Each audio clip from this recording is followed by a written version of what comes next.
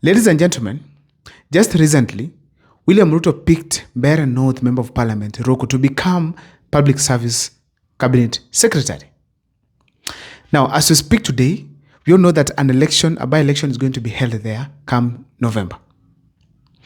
And as it's expected, Gachagua was supposed to field their candidate, and of course the UDA party, and of course the DP. Now, as we speak today, Gachagua is 90% not likely to field a candidate at Mbeere North. And it's allegedly that Justin Muturi is going to be given that space so that he can field the candidate in that particular region. And Gachagua will withdraw, or maybe even he has withdrawn, the Mbeere North DCP candidate. Ladies and gentlemen, when you look at that decision, most of the Kenyans could be asking yourselves, why did Gachagua do that? That is what I want to highlight here on this particular channel. But before I take you through, if this is the first time you're watching my videos at Mukwa Times, please take a second or two, subscribe, like, and comment, because that is the best support you can always give this channel. Ladies and gentlemen, thank you so much for supporting my channel. Thank you so much for those who are patient, despite that I was away for about 4 days. Please keep on following and supporting me. Thank you so much. May God bless you. I was away because of some small issue, health issue, but now I'm back. Let me dive into this topic here today without much wasting of time. Ladies and gentlemen, my reason number one as to why Gachagua decided to drop his DCP candidate from the Mbeere North seat is this. First, before I take you through the reasons, I've done a video before and told you one simple thing. If there's a seat that the opposition must bank, but particularly Gachagua, it's that one from Mbeere North. He needs to bank that seat come 26th of November, because it will mark the beginning of his leadership in the Mount Kenya region. And I told you, even Gachagua came earlier because of the by-elections. But now he has withdrawn from the race. Why? One, is the nature of Gachagua not to appear to be selfish. Why am I saying this? When Gachagua went to Western Kenya with Justin Muturi and many other leaders, plus Kalonzo Musyoka and Matiang'i, he was always saying that him and Justin Muturi, they have locked the Mount Kenya region. And Justin Muturi has the key in his pocket. In his sentiments, he always recognized that George Natembeere is present, and of course Eugene Wamalwa. A clear indication that he does not take the monopoly of leadership from a region. Despite being the leader of Mount Kenya, he does not want to dominate through battles. He always wants to listen and give chance. So therefore, it is his nature to decide that no, let Justin Muturi, JB, be the leader of the Embu elections and be able to get the seat, God willing, on 26th of November. So it is Gachagua's nature. That's number one. Number two, also if you check very well, considering the fact that the person who was nominated by President William Ruto to become a cabinet secretary, that is Roku, he was first a member of parliament for DP, from the DP party. And Justin Muturi was his party leader. Now, I think Gachagua sat with Justin Muturi and agreed, being that the former cabinet secretary, the former member of parliament was from DP party, it's good they replaced the same seat with a DP candidate. And that is what happened. So they decided, let Justin Muturi pick up and actually give the candidate that's going to vie under the DP ticket. Ladies and gentlemen, another thing is this. It is the chance that Gachagua is giving Justin Muturi. As we speak today, Justin Muturi had one member of parliament. And he did not vie in any election last time. Because he had a party, he became the speaker, the attorney general, and even a cabinet secretary. Now, he's among the principals within the opposition. How is he able to prove himself to be a leader now in the opposition that should be listened to? Before, he had a member of parliament. Now, he does not have. What is going to happen?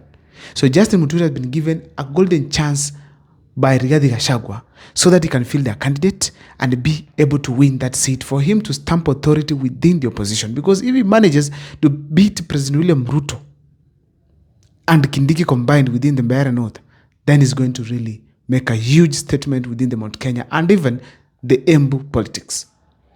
So therefore, it's a golden chance that Gachagua gave him. Because if Gachagua could have gotten with the DCP party candidate, the fact remains that if Gachagua wins, it takes credit.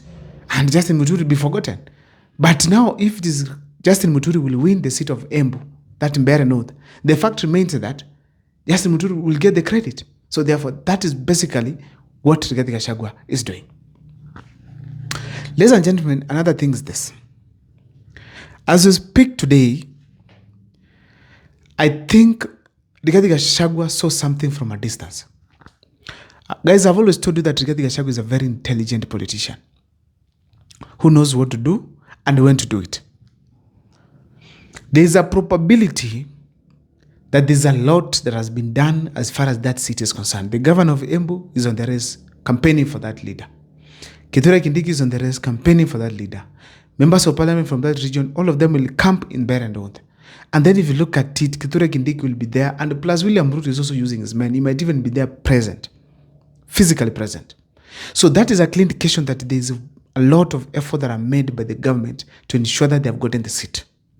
But the fact remains this. If Rigathi Gachagua is on the ballot with his candidate, and then his candidate is defeated, what does that mean to Rigathi Gachagua in the Mount Kenya region? So Rigathi Gachagua felt this, and I believe it is through science, where people were sent there, collected data. He assessed the candidates they had, and they felt like these candidates are not going and might not deliver the seat, and he does not want to take chances. So he decided literally to just opt out and allow the other candidates, of course, to vie. But I feel Rigathi Gachagua also has a chance to go and campaign for the DP candidate and ensure that they have gotten the seat. I don't know what is your take, but I feel that that could have also been a factor that Rigathi Gachagua felt, no, here if I lose, it's bad. I'd rather opt out and not to be able to be persecuted. But today, if DP loses that seat, if it lost that seat, the fact remains that Justin Muturi will be the person to take the bullet. And Rigathi Gachagua, people will be like, if Rigathi Gachagua could have fronted his candidate, then they could have won the seat. And as a result, Rigathi Gachagua will still emerge as a strong leader in that region. But if he's defeated, ladies and gentlemen, another thing that I want to tell you is this. Considering the kind of preparation that the government has made, a lot of money being pumped there, there's a possibility that money might speak more than the willingness of the people of Mbeere North. There's a clear indication that money has been pumped heavily. And Rigathi Gachagua does not feel that it's ideal or even essential to spend a lot of money right now to campaign for an MP seat, because there's a lot of money that can be used, which might be lost completely or it might not be possible to return. So as we speak today, there's a possibility that Rigathi Gachagua is avoiding too much spending too early. So he has clearly decided that if Justin Muturi is also ready, let him take it on. Lastly, I feel strongly that probably the candidates that were fronted by DCP party, statistically it is out that probably they are not the strongest candidates to face the current person being fronted by the UDA party. And there's some lesson I'm learning from this race here. William Ruto might still run with the UDA party. If UDA party, despite the history that it has under President William Ruto, they still have the guts to go and campaign for it in Mbeere North, then I feel strongly that Kenyans are forgetting, and William Ruto might be able to use the UDA party come 2027. Join the DM and get members of parliament. I don't know what's your take, but in the comment section, share with me. See you next time for more videos. My name is Abel Mokwa.